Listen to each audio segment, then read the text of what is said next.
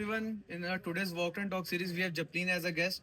Hi, Japleen. Hi, how are you? I'm fine. How are you? I'm So good. the topic of our is the which lifestyles leads to greater happiness: consumerism versus minimalism. Let's start simple. Why is this Okay. topic still relevant today?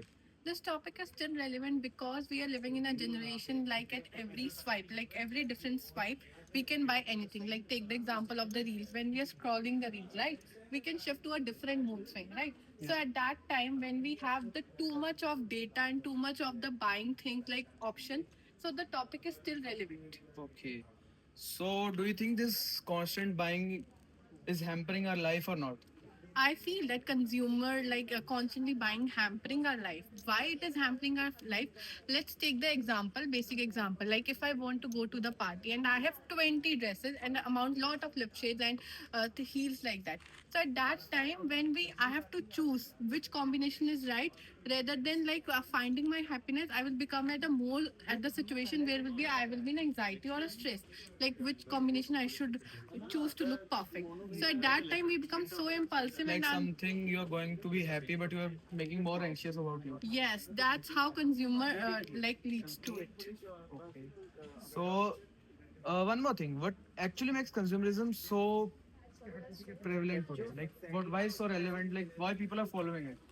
It is so prevalent. I feel like when we go into the store, let's take an example. We both went to the store to buy an iPhone, right? When we buy a new iPhone, a new dress, so what become? We become instantly happy. That is called hedonic.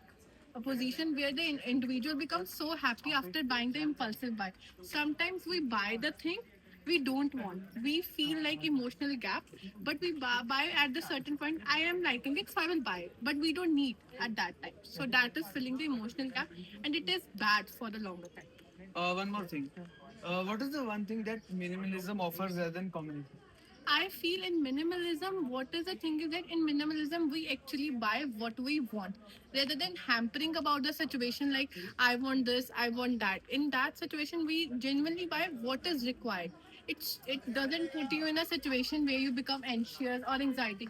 You become at a position where your mindset has become so like growth, become adaptable. You become and you just buy and you remain focused on buying the thing rather than doing the stuff that is not good for the shorter term or even the So, longer term. according to you, do you think that consumerism is bad and minimalism is perfect? No, I don't want to say like that. In I don't want to like make the things like that. The one thing became the villain. Like I make the consumerism villain and other thing as a good. No, it's not like that. If I talk about that, consumerism give you a short term happiness. Like we need this or that, right? But at a certain point, minimalism give you a longer term happiness.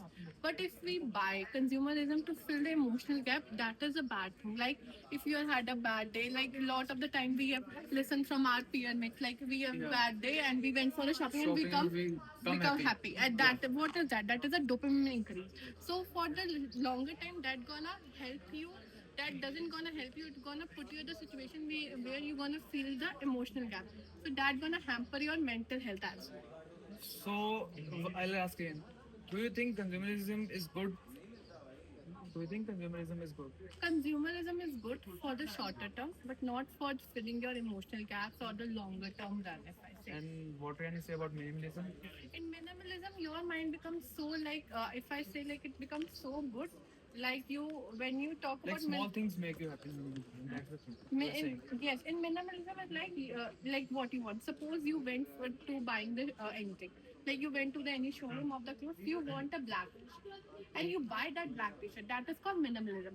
And when you went to the shop, you want a black t-shirt, and with the black t-shirt, you went on buying one trouser, one jacket for yourself. That is called a dopamine.